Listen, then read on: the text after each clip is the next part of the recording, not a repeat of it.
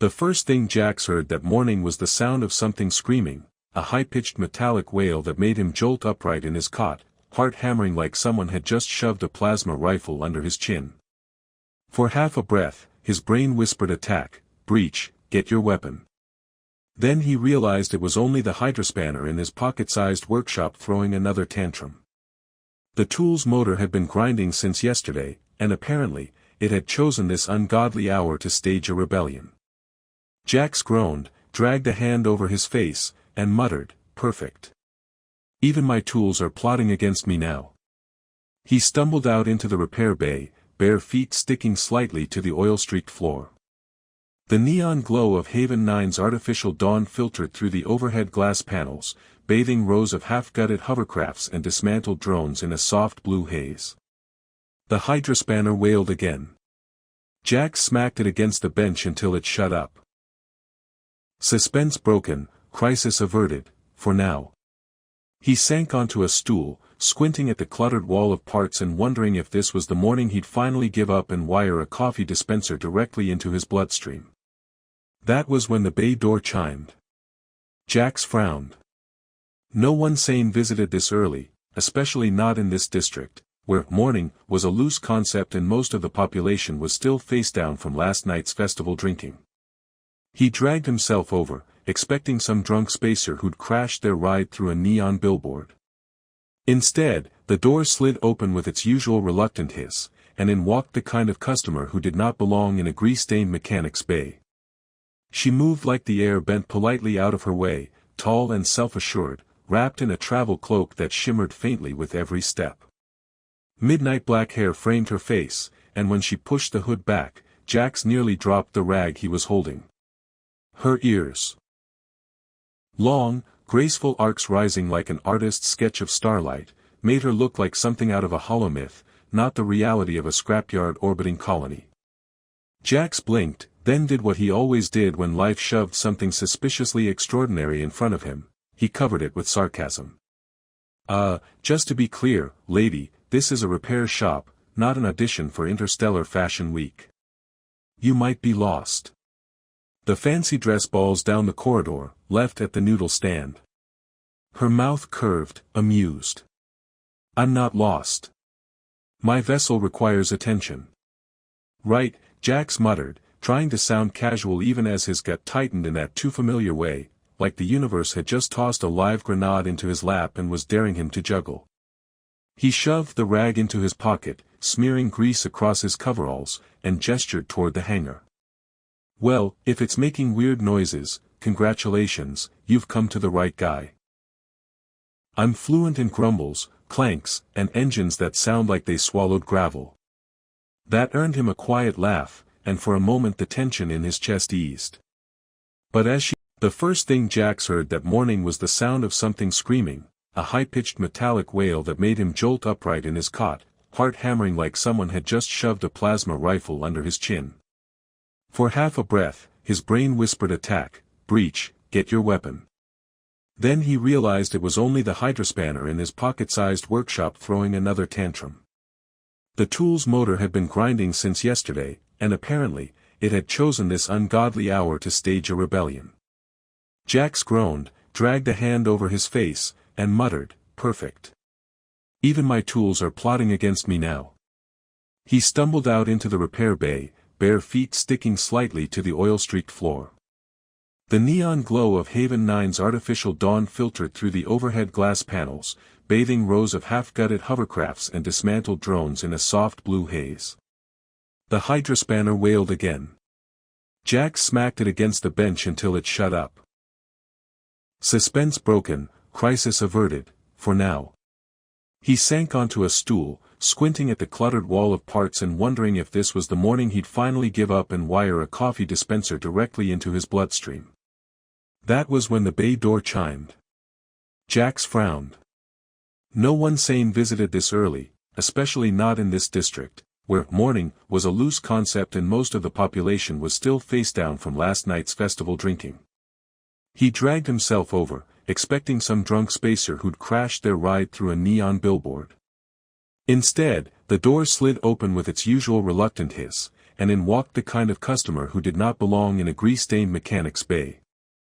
She moved like the air bent politely out of her way, tall and self-assured, wrapped in a travel cloak that shimmered faintly with every step. Midnight black hair framed her face, and when she pushed the hood back, Jax nearly dropped the rag he was holding. Her ears. Long, graceful arcs rising like an artist's sketch of starlight, made her look like something out of a hollow myth, not the reality of a scrapyard orbiting colony.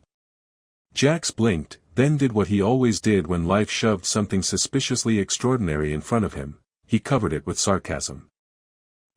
Just to be clear, lady, this is a repair shop, not an audition for Interstellar Fashion Week.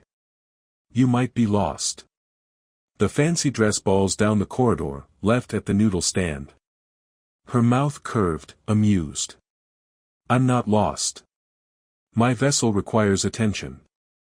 Right, Jax muttered, trying to sound casual even as his gut tightened in that too familiar way, like the universe had just tossed a live grenade into his lap and was daring him to juggle. He shoved the rag into his pocket, smearing grease across his coveralls, and gestured toward the hangar. Well, if it's making weird noises, congratulations, you've come to the right guy. I'm fluent in grumbles, clanks, and engines that sound like they swallowed gravel. That earned him a quiet laugh, and for a moment the tension in his chest eased. But as she guided her sleek, silver-hulled shuttle into the bay, Jax's eyes narrowed. The design was unlike anything common on Haven 9, smooth, seamless, with panels that looked more like woven light than metal. He had seen something like it once, long ago, in a dossier he was never supposed to admit existed. He schooled his face into bored indifference and leaned against the nearest console. So, what seems to be the problem? Aside from it looking way too shiny to be caught slumming it in my workshop. It will not engage its hyperlane drive. She glanced at him sidelong, as if gauging how much to reveal. I attempted repairs myself. They failed. Jax crouched near the vessel, running a hand along the hull. The thing practically hummed with concealed tech, and he felt the hair on his arms rise. Dangerous, classified, valuable, 3 words his cover identity as, just a mechanic, wasn't supposed to brush against. But his mouth, as usual, betrayed him. Hyperlane drive, huh? Well, don't feel bad. Half the time, those things throw tantrums if you look at them funny. Like cats. Except cats don't explode when you push them too hard. Her brows arched. Do you compare all technology to animals? Only the ones that bite back. He ducked under the shuttle's belly, tools clinking as he worked with exaggerated nonchalance. Meanwhile, his mind raced, cataloging details, the faint shimmer of cloaking residue on the ship's aft, the diplomatic insignia etched in a language few humans could read, the fact that she'd walked in alone without guards. Whoever she wasn't just some tourist. And if she was who he thought she might be, her presence on Haven 9 spelled trouble big enough to swallow them both. Still, he kept his tone light. So, do I call you customer, or do you have a name? Helps me keep track of who I'm overcharging. She hesitated, then said, Lyra. Well, Lyra, congratulations. You found the galaxy's most sleep-deprived, underpaid, and criminally handsome mechanic. I'll have your hyperdrive purring in no time. Or at least making slightly less tragic noises. Another laugh, soft but genuine. She seemed amused, perhaps even disarmed by his joking, and that unsettled him more than the ship did. Because beneath the grease, beneath the sarcasm, Jax knew a simple truth: nothing about this woman's arrival was an accident. And as he worked beneath the silver hull, pretending to mutter about stripped conduits and misaligned plasma regulators, he couldn't shake the sensation crawling up his spine, that the screaming hydrospanner had only been the warm-up act. The real trouble had just walked into his life, wearing a midnight cloak and smiling at his terrible jokes. Lyra returned the next day, and the day after that, and then again on the third morning with the sort of sheepish smile that suggested her sleek silver shuttle had developed yet another mysterious ailment. Jax had the distinct impression the vessel wasn't nearly as broken as she claimed, but he wasn't about to say that out loud. Customers were customers, even the suspiciously regal, pointy-eared ones. "Let me guess," he said, wiping black grease across his forehead like war paint. "The hyperlane drive's still throwing tantrums. Or maybe now it's refusing to eat its vegetables." Lyra tilted her head, feigning innocence. "The stabilizer is vibrating when I accelerate." "Vibrating?" Jax echoed, raising a brow. "That's what stabilizers do, sweetheart. Their entire job description is, make things vibrate until the universe behaves. I think it is unusual." "You think a lot of things are unusual. Like my hair. Or my habit of drinking coffee straight from the beaker." "That is unusual," she said primly, though the smile tugging at her lips betrayed her amusement. Jax knelt by the shuttle again, running diagnostics he didn't need to run. The ship purred under his hands like it was mocking him for playing along with this charade. He was almost certain she'd tampered with her own stabilizer just to have an excuse to come back. And if that was the case, he couldn't decide whether she was dangerously clever or just really bad at making friends. "Fine," he said after a moment, theatrically serious. "I'll investigate the mysterious vibrating stabilizer. But if it turns out you're imagining things, I'm charging you extra for wasting my valuable time." She arched a delicate brow. "Valuable?" "Extremely. Do you have any idea how many drunk cargo pilots wander in here needing me to fix thrusters they tried to upgrade with chewing gum and duct tape? My skills are in demand." Her laugh was quiet, musical, and completely at odds with the background noise of plasma welders sparking in the next bay over. As he fiddled with the shuttle's stabilizer housing, his comm unit buzzed against his hip. A brief coded pulse, 3 short, 2 long. Jack stiffened for a fraction of a second, then disguised the movement by pretending to swat at a non-existent insect. He didn't check the message, not with Lyra's sharp eyes on him. But he knew what it meant. Someone was sniffing around. He plastered on his best grin. "So, Princess Pointy Ears, what's the real reason you're hanging around my junkyard? Don't tell me it's the smell of fried circuitry keeping you here." She blinked at the nickname, then smirked. "Perhaps I simply enjoy your company." Jax barked a laugh. "Lady, if you enjoy my company, you clearly need better hobbies." They spent the better part of the afternoon in that rhythm. Banter layered over suspicion, jokes hiding the way his eyes kept flicking to the workshop's entrance, the way her hands lingered near the folds of her cloak like she expected danger to come through the door at any moment. When he finally declared the stabilizer repaired, she offered to pay with a crystalline chit etched in flowing alien script. Jax held it up to the light, whistling. "This thing's worth more than my entire shop. Are you trying to buy me off? Because if so, I should warn you, my going—" But Lyra had insisted. She'd appeared in his workshop that morning with an expression of serene determination, declaring, "You will accompany me." Jax had tried every excuse in his arsenal. "I've got too many orders to fill. I'm allergic to parades. My doctor says my blood pressure spikes around fireworks. Also, crowds smell funny." She didn't budge. "You need to see something beyond this place. And you should not spend another night with only broken machinery for company." He'd muttered something about machinery being better conversationalists, but in the end, she won. That was how Jax found himself weaving through a neon-lit crowd, trying not to trip over a child wielding a sparking plasma kite, while Lyra walked at his side with the unruffled grace of someone who had never been shoved in the ribs by a man carrying fried noodles in a bucket the size of his torso. "See?" Lyra said, her dark eyes reflecting the lights of floating lanterns drifting overhead. "Isn't it beautiful?" "Beautiful," Jax muttered, watching a pair of teenagers drunkenly attempt to climb a lamppost. "Sure. Nothing says beauty like the smell of burnt sugar and the sound of someone vomiting in stereo." She laughed softly, and Jack sighed, giving up on his grumbling. The truth was, the festival was beautiful, in a chaotic, overwhelming way. Fire drones danced overhead, their trails painting constellations in shifting colors. Stalls sold everything from glowing candy sticks to mechanical pets that purred in 3 languages. Music spilled from every corner, colliding into a cacophony that somehow worked, like the universe itself had decided to throw rhythm into a blender.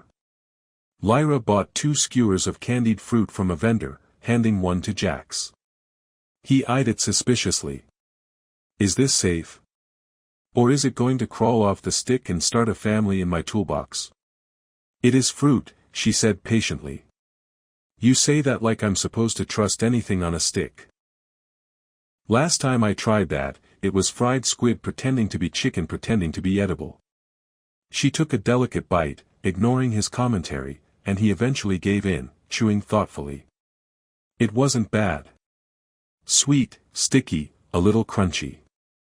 He hated admitting she was right, so he just grunted and pretended he had an urgent reason to squint at the sky. The crowd surged suddenly as the parade passed, towering mechs shaped like mythical beasts, their joints glowing with shifting holograms. Children squealed as a dragon made of plasma coils breathed sparks into the air. Lyra tilted her head back, utterly captivated. Jax, meanwhile, scanned the shifting bodies, his instincts prickling. Something was wrong. It was subtle, a ripple in the way people moved, a cluster of figures slipping too smoothly through the crowd, their heads turning not toward the spectacle but toward Lyra. Jax's hand twitched toward his jacket, then froze. Not here. Not with thousands of civilians around. He forced a lazy smile onto his face and leaned toward Lyra. Those costumes are terrible. She glanced at him. Costumes? The cloaks. Over there. Look like someone skinned a sofa and stitched it into outerwear. No sense of fashion at all. Lyra followed his gaze just in time to catch one of the figures vanishing into the crowd. For a heartbeat, her expression faltered, the diplomat's mask slipping into something sharper, more alert. Then she smoothed it away, biting into her candied fruit as if nothing was wrong. Jax felt a surge of reluctant respect. She wasn't naive, then. She'd noticed. But she wasn't going to cause a scene either. The parade thundered on. Drums pounded, fireworks cracked, and the crowd's excitement drowned the tension, at least on the surface. But Jax's shoulders stayed tight, his eyes never resting. They found a quieter spot near the edge of the square, where a cluster of glowing lanterns bobbed in the breeze. Lyra stood close enough that the light haloed her face, making her seem almost unreal. You are different here, she murmured. Jax blinked. Different how? Taller? More handsome? Because I'd believe that. She smiled faintly. You do not relax, even in celebration. You are always watching. He snorted. Relaxing's overrated. People let their guard down, and next thing you know, someone steals their wallet or sells them fried squid. But her gaze lingered on him, thoughtful, and Jax shifted uncomfortably, stuffing his hands in his pockets. He wasn't used to being seen like that, as if she could peel away the grease-stained coveralls and glimpse the steel beneath. Before he could deflect with another joke, the sky split open with the finale. Fireworks roared, painting the night in brilliant colors. The crowd erupted in cheers, drowning everything else. Jax leaned closer to Lyra so she could hear him over the noise. You should probably enjoy this while it lasts, he said lightly. Because I've got a bad feeling the afterparty's going to be a lot less fun. She didn't ask what he meant. She just looked at him, her eyes reflecting fire and sparks, and for the first time, Jax wondered if she already knew more than she let on. Lyra stormed into the workshop 3 days after the festival, her cloak trailing sparks of dust from the docking bay as though the air itself disapproved of her mood. Jax looked up from the gutted hoverbike on his bench and raised an eyebrow. He didn't need enhanced sensors to know this wasn't going to be a casual, my stabilizer feels funny, visit. My ship has been tampered with, she announced, voice clipped and sharp enough to cut steel. Jax set down his wrench with exaggerated care, like a man defusing a bomb. Tampered with, huh? As in someone actually sabotaged it, or as in you tried another one of your, I swear this feels unusual, experiments and the ship disagreed? Her glare could have melted titanium. Do not joke. Someone entered my hangar. The cloaking systems were disabled. The hyperlane drive, compromised. For a moment, Jax let the mask slip.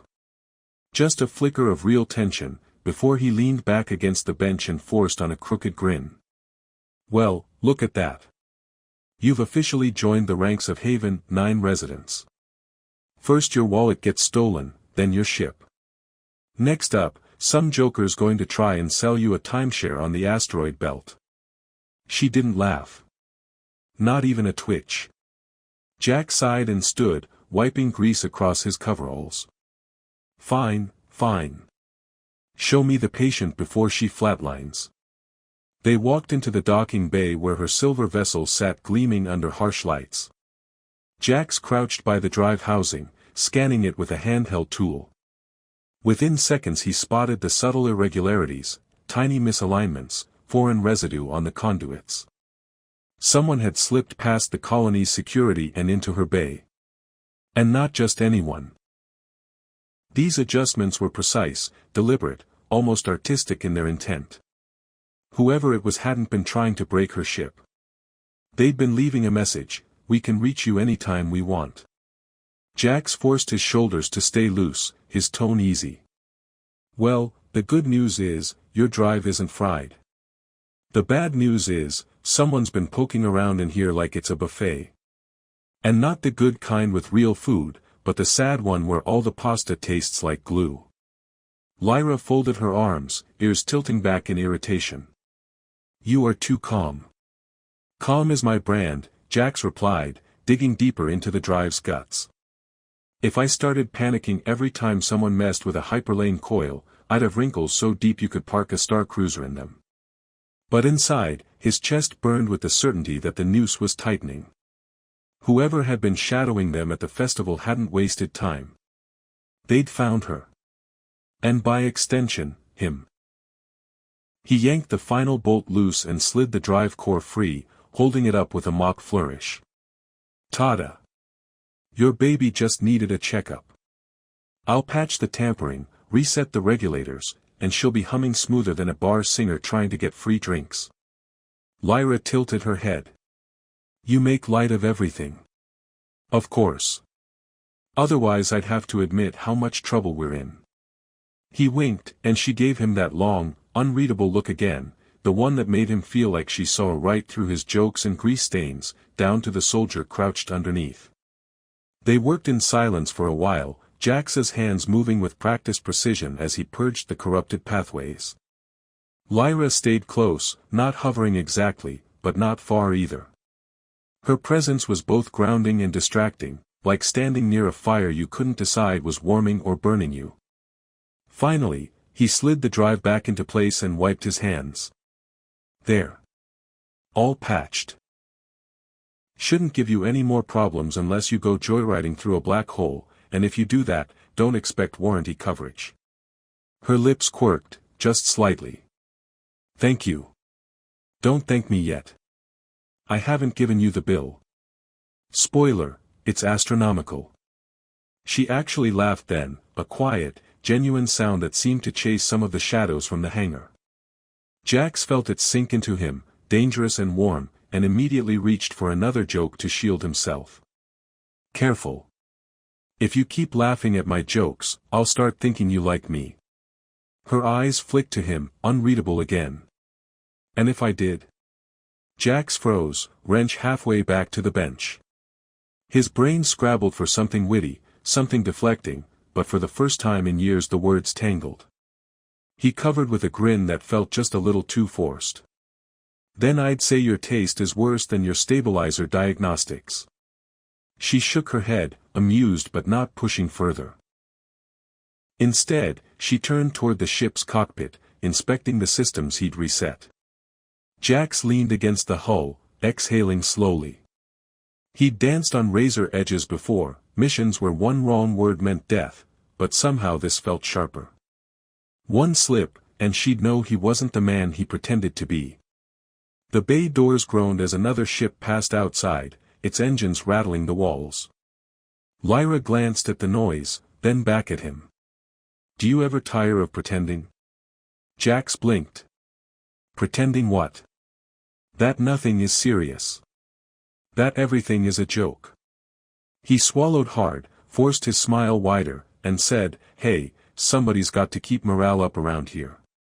Otherwise this whole colony would collapse into a pit of gloom, and I'd lose all my customers to therapy bots."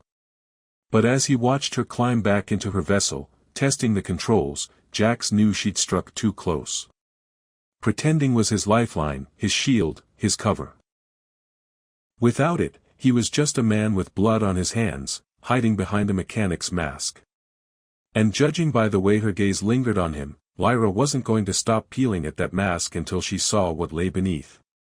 Jax came back to the workshop late, stumbling through the door with his jacket torn and a smear of blood drying along his jaw. He tried to make the limp look casual, like he'd just lost an argument with a stubborn engine block. Lyra was waiting for him, her arms crossed, eyes sharp enough to slice through steel. "You're hurt," she said. "Nah," Jax waved her off with a grin that didn't quite reach his eyes. "You should see the other guy. Big ugly wrench. Came at me out of nowhere." Her expression didn't change.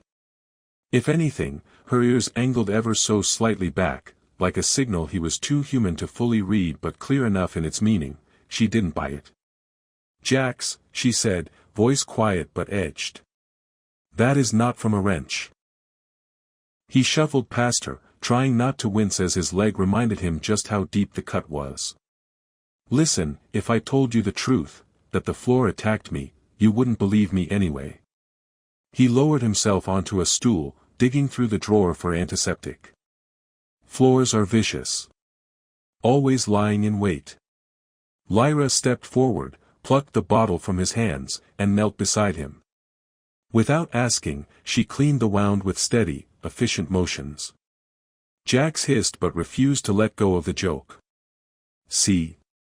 This is what I get for skipping leg day." "Enough," she snapped, and for once her composure cracked. "You vanish for hours. You come back injured. You deflect with lies and humor. I am not blind." He tried to laugh it off, but the sound came out hollow. "Well, you're not wrong. I am incredibly attractive, so blindness would be a real tragedy." Her gaze locked onto his, fierce and unrelenting. "Who are you really?" The words hung in the air like the pause before a detonator clicks. Jax stared back, caught in the gravity of her question, and for a heartbeat he considered lying again. He had 1,000 covers ready, polished excuses he could throw like chaff to distract a pursuing ship. But something in her eyes made him falter. She wasn't just suspicious. She was hurt. He rubbed a hand over his face, leaving a streak of grease and dried blood. "I told you I'm a mechanic," he muttered. "You told me half a truth." He leaned back, let out a breath that felt like it carried years with it. "Fine. You want the whole thing. I'm not just a mechanic. I'm also the proud owner of the galaxy's worst luck." She didn't blink. "The truth, Jax." His grin twitched, brittle. "I'm assigned to protect someone. A very important someone. Someone who has enemies that don't mind blowing up half a colony to get what they want." He paused, let the weight of his words sink. "Sound familiar?" Lyra's lips parted, but no sound came. The antiseptic cloth slipped from her fingers. Jax laughed softly, bitterly. "Yeah. You guessed it. You're the someone."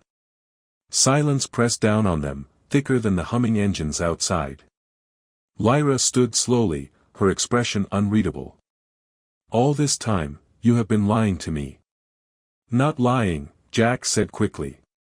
"Just, selective truth-telling. Very selective. Like, microscopic selective." Her gaze cut through him. "You let me believe you were ordinary. That you were simply A grease monkey with a bad sense of humor, he finished, his smile crooked, tired. Yeah. I liked you believing that. She shook her head, a rare tremor in her voice. Why would you hide this? Because, he said quietly, if you knew the truth, you'd look at me like you're looking at me right now. The words landed heavier than he intended. He turned away, pretending to busy himself with the toolbox, even though he couldn't see straight. Lyra's silence was worse than shouting. Worse than anything. Finally, she said, all this time, I thought I could trust you.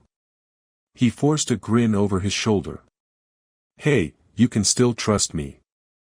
I'm just, a little more dangerous than advertised. Like buying a toaster and finding out it doubles as a grenade launcher. It didn't earn even the ghost of a smile. She turned toward the door, her cloak flaring behind her. Before she left, she said softly, you should have told me. And then she was gone, leaving the workshop empty except for the whirring of cooling engines and a faint sting of antiseptic on his skin. Jack sat there for a long time, staring at the door, every joke he thought of dying before it reached his lips. He had wanted to keep her safe. That was the mission. That was the job. But the way she had looked at him, like a stranger she'd never known, cut deeper than any blade. Finally, he leaned back in his chair, staring at the ceiling. Well, great, he muttered to the shadows. Mission accomplished. Protected the asset. Destroyed the trust. All in a day's work. The hydrospanner on the bench gave a shrill whine, almost mocking. Jax hurled a bolt at it. Shut up. But even as he said it, he couldn't shake the echo of her words, circling in his head like vultures, you should have told me. The attack came at dawn, though on Haven 9 dawn was just the colony's lighting system flicking from dim blue to pale gold. Jax had barely managed 2 hours of sleep, slumped in his chair with a half-finished repair manual sliding off his chest, when the first explosion rattled the workshop windows. The sound wasn't the innocent whine of a plasma coil or the crash of a drunk pilot parking wrong, it was sharper, hungrier. He was on his feet instantly, sidearm in hand, curses already forming.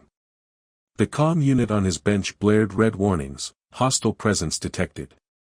Multiple signals. Perfect. Just what he needed before breakfast. The door burst open and Lyra appeared, her cloak torn, eyes wide but steady. They've found me. No kidding, Jax muttered, holstering the weapon and grabbing his jacket. You really know how to make an entrance. Ever thought about knocking? Saves on dramatic tension. Her ears flicked in irritation. Jax. Another blast cut her off, this one closer. The workshop roof shivered as dust rained down. Jax swore under his breath, pulled her toward the back exit, and shoved open the reinforced hatch. Come on. I know a shortcut. And by shortcut, I mean a series of alleys that smell like fried coolant, but hey, romantic atmosphere. They darted into the neon-washed maze of Haven 9's lower decks. Shouts echoed behind them, mercenaries, armored and efficient, cutting through the colony like wolves in a slaughterhouse. Jax kept Lyra close, weaving through market stalls and stumbling festival debris. At one point, he yanked her behind a cart stacked with glowing noodles. The vendor blinked at them, unimpressed. If you're going to hide, at least buy something, the old man grumbled. Romantics, always sneaking around. Lyra raised an eyebrow, but Jax just fished a coin from his pocket and shoved it into the vendor's hand. 2 bowls. Extra spice. We'll eat on the run. You are ridiculous, Lyra hissed as they bolted again, clutching steaming noodles. Ridiculous, but caffeinated, Jax shot back, shoveling a bite into his mouth between alleys. Fuel's important when you're fleeing armed maniacs. Blaster fire cracked against the walls, forcing them to duck into a maintenance corridor. Jax spun, firing back with sharp precision that had nothing to do with repairing stabilizers. The mercenaries faltered, surprised by the mechanic's sudden lethality.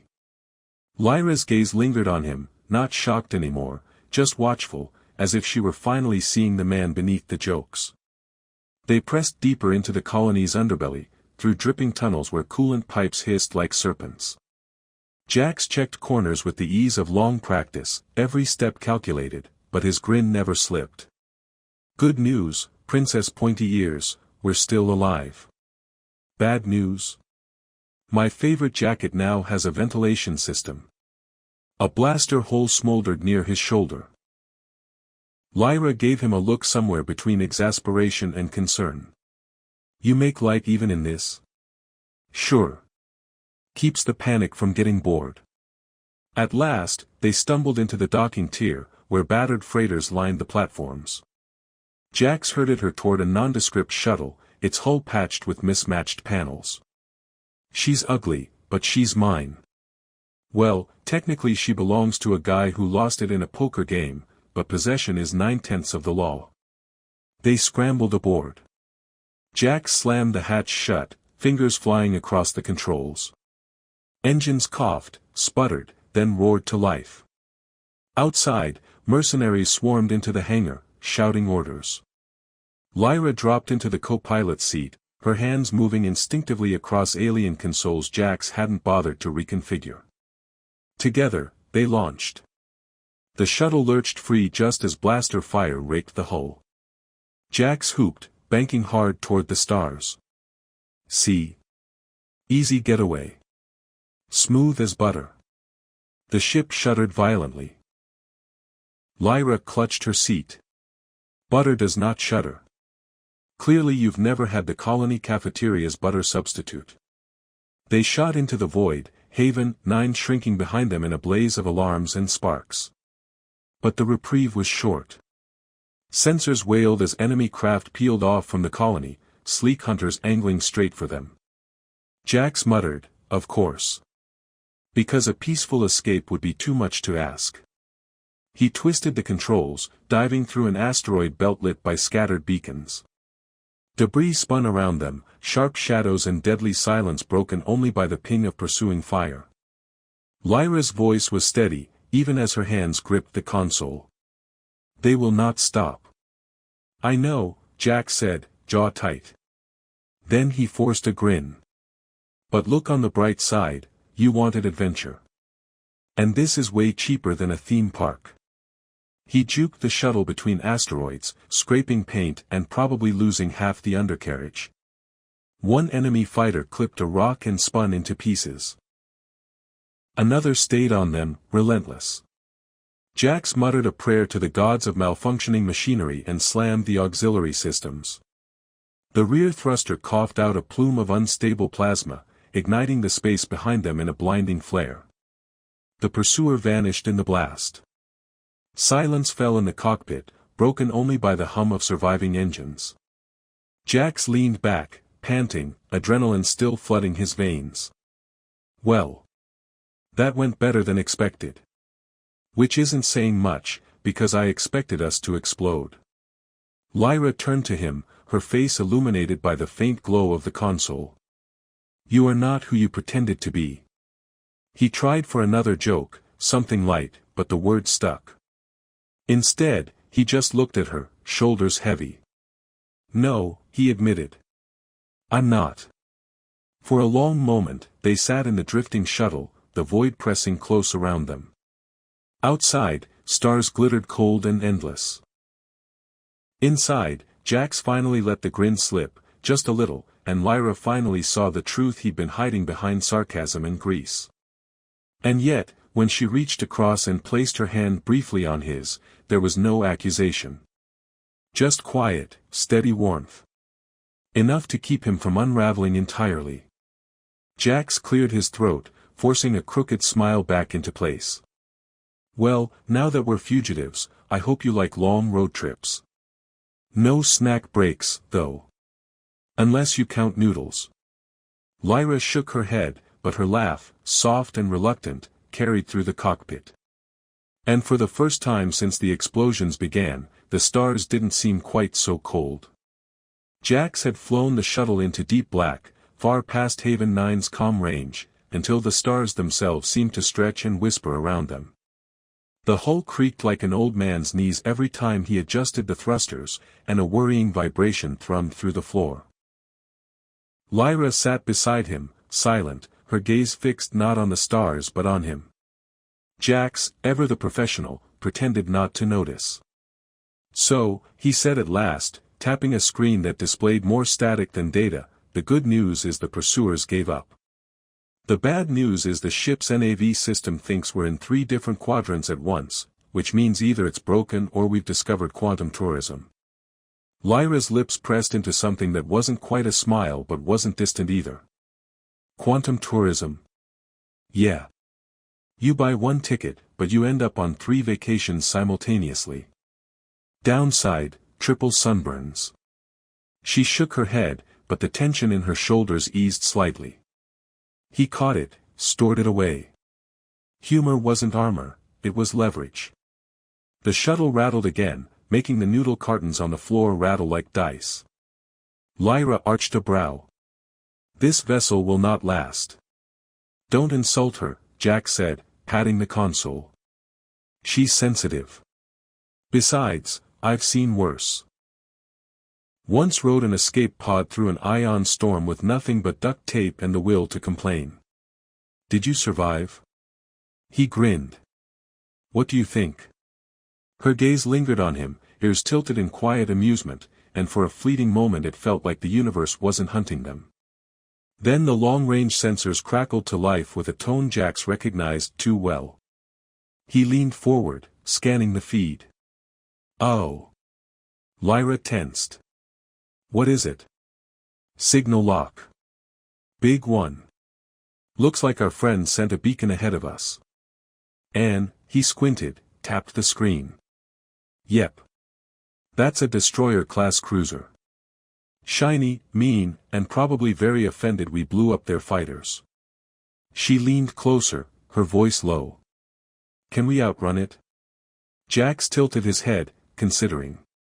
"Define outrun." "If you mean escape at sublight with this crate, not a chance. If you mean, throw ourselves into a suicidal stunt and pray, then yes, technically." "Jax. Relax." He flashed his most reckless grin. "Suicidal stunts are my specialty." He flipped switches, rerouting power in ways the manual explicitly forbade. The engines roared, and the shuttle surged forward, though the smell of burning insulation filled the cabin. Lyra coughed. "Is that safe?" "Safe? No. Effective? Probably not. Fun? Definitely." The cruiser loomed ahead, dark metal glinting like a predator in starlight. Weapons lit up along its flanks, charging to fire. Lyra's hands tightened on the armrests. Jax leaned over, murmuring, "Trust me. I've gotten out of worse." She shot him a skeptical glance. "You always say that. And I'm still here, aren't I?" The first barrage streaked toward them, white lances of plasma tearing across the void. Jax twisted the controls, diving the shuttle into the debris field of an old mining station. Shattered girders spun around them, chunks of steel tumbling endlessly. Plasma fire scorched past, detonating wreckage in dazzling bursts. "See. Cover," Jack said, though his knuckles were white on the controls. "Like hide and seek, except the seeker has weapons of mass disintegration." Lyra exhaled slowly, her calm returning as she adjusted auxiliary shields. "I can reinforce the starboard plating." "Do it," Jack said. "And remind me later to put assistant mechanic on your resume." Their shuttle weaved through the wreckage, ducking and twisting as the cruiser fired relentlessly. The old hull groaned, but Lyra's modifications held. Jax found himself grinning despite the danger. She wasn't panicking. She was fighting beside him, sharp and steady. At last, the cruiser closed in, massive shadow blotting out half the stars. Jax's grin faltered. "Okay, so plan A didn't work. Time for plan B. Which is? Make it up as I go." Before she could respond, he slammed the shuttle straight toward the cruiser's underside. Lyra's breath caught. Are you mad? Only on weekdays, he said. The cruiser's targeting system struggled to lock on at such close range. Jack skimmed along the armored hull, scraping paint, before diving into a maintenance trench that ran across the ship's belly. The shuttle barely fit. Warning alarms screamed as sparks cascaded around them. This is insane, Lyra muttered, bracing herself. Insane? No. Creative? Absolutely. He fired. The shuttle's remaining plasma burst into the trench's conduits. The shockwave rippled along the cruiser's systems, disrupting weapons, lights flickering across its length. For a precious moment, the destroyer staggered in the void. Jax whooped. Ha! Eat that, oversized toaster. He pulled the shuttle free, engines screaming, and darted into open space. Behind them, the cruiser faltered, struggling to regain control. Breathing hard, Jax leaned back, sweat dripping. Lyra stared at him, astonished. You disabled a destroyer with a transport shuttle. He shrugged modestly. What can I say? It's a gift. Like bad singing or chronic sarcasm. For the first time in hours, Lyra laughed, sudden and musical. The sound startled Jax, then warmed him in a way adrenaline never could. He grinned, unable to help himself. Well, he said, now that we've thoroughly irritated a small army, any chance you know a safe place to lie low? Preferably with snacks that aren't suspiciously glowing. Lyra's smile lingered, rare and real. I may know somewhere. Jack stretched his aching arms, forcing his trademark smirk. Great. Lead the way, Princess Pointy Ears. But fair warning, if they have karaoke, you're on the mic first. She rolled her eyes, but didn't argue. The stars stretched before them, the cruiser fading into the distance, and for the first time, the path ahead felt less like running and more like something else entirely. Something closer to hope. The hideout Lyra led him to wasn't anything Jax would have guessed. After all the running, all the blood and blasters and near-death shuttle rides, he'd expected some shadowy bunker, or maybe a fortress humming with defenses that would make a paranoid general proud. Instead, it was a quiet place orbiting a pale blue gas giant, a station so small and worn it looked like a spare part lost by the universe. Its docking bay hissed as the shuttle latched onto its cradle, and for once, no alarms blared, no turrets pointed their way, no soldiers came storming out. Just silence. Jax found it deeply suspicious. This looks safe, he muttered as he powered down the thrusters. Which means it probably isn't. Lyra arched a brow at him as the hatch opened. You never trust anything peaceful. Peaceful things usually blow up when I'm around, he said, stepping out. It's a pattern. But nothing blew up. Instead, they were greeted by warmth, a faint hum of recycled air that smelled faintly of citrus, and a small handful of Lyra's people. Not soldiers, but civilians, engineers, healers, families who had survived the purge of her world and scattered to the edges of known space. Their eyes lit up when they saw her, whispers rippling through the crowd, their princess, alive. Jax stood off to the side, awkward in his grease-stained jacket, feeling suddenly out of place. He wasn't supposed to see this. He was supposed to get her here, make sure she was safe, and then vanish back into the shadows of his orders. That was the job. That had always been the job. But Lyra didn't leave him standing there.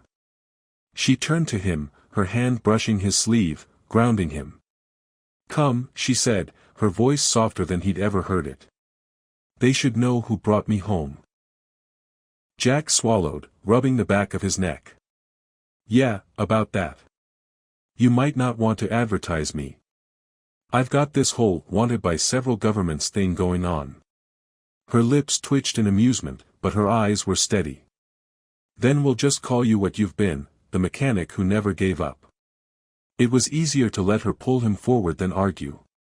The people welcomed her, bowed their heads, touched her hands as if confirming she was real. Then their gazes flicked to Jax, sizing him up. He gave a sheepish grin. Hi. I fix things. Occasionally break them too, but, 50-50 success rate. A few chuckles rippled through the crowd, tension dissolving. Jax exhaled in relief. Humor, still his best weapon. Later, when the greetings faded and Lyra had disappeared into private council with her people, Jax sat alone on the station's observation deck. The gas giant below swirled in endless storms, lightning flickering across its clouds. He thought about leaving. He should leave. His mission was complete, his cover thin, and sooner or later, the people hunting him would figure out where he'd gone. He'd always been a ghost, never rooted, never staying long enough for anything or anyone to matter. So why were his boots so heavy? The sound of soft footsteps pulled him from his thoughts. Lyra joined him, her long ears catching the faint light from the planet below. She didn't say anything at first, just stood beside him, watching the storms. Finally, she spoke. They want me to lead. To gather what remains of us and rebuild. That's good, Jack said, his voice rougher than he expected. That's what you were meant to do. And you? What were you meant to do? He chuckled, staring down at the stormy clouds. Funny thing about that, I've spent years pretending to be a mechanic, but the more I think about it, the less pretending it feels. Fixing things. Making sure ships fly. Keeping people alive. Maybe that's what I was meant to do all along. She studied him, quiet, thoughtful. Will you stay? Jax hesitated. His old instincts screamed no. Too dangerous. Too messy. Too much to lose. But for the first time, the idea of running didn't feel like safety. It felt like cowardice. He thought of her laugh in the shuttle, her steady hands on the controls, her refusal to let him stand apart from her people. He thought of how, despite everything, she made him feel like more than just the sum of his secrets. I could, he said finally, a slow grin tugging at his lips. But only if you promise not to put me in charge of anything important. I'm terrible at paperwork. Her laugh rang out, warm and unguarded. Then perhaps you'll fix the ships. And break a few, he added. 50-50, she said, echoing his words with a smile. They stood together, watching the storms, not needing to say more. For Jax, the journey had always been about survival, about hiding behind false names and easy jokes. But somewhere between the lies and the laughter, he'd found something real, something worth staying for.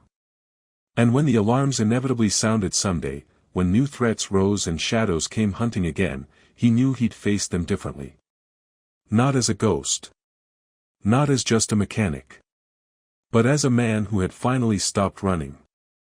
For now, though, he leaned against the rail, looked at the endless clouds below, and muttered, well, at least if things go bad, I'll die with cleaner air filters than usual. Lyra laughed again, and the sound carried into the quiet station, a promise of something new.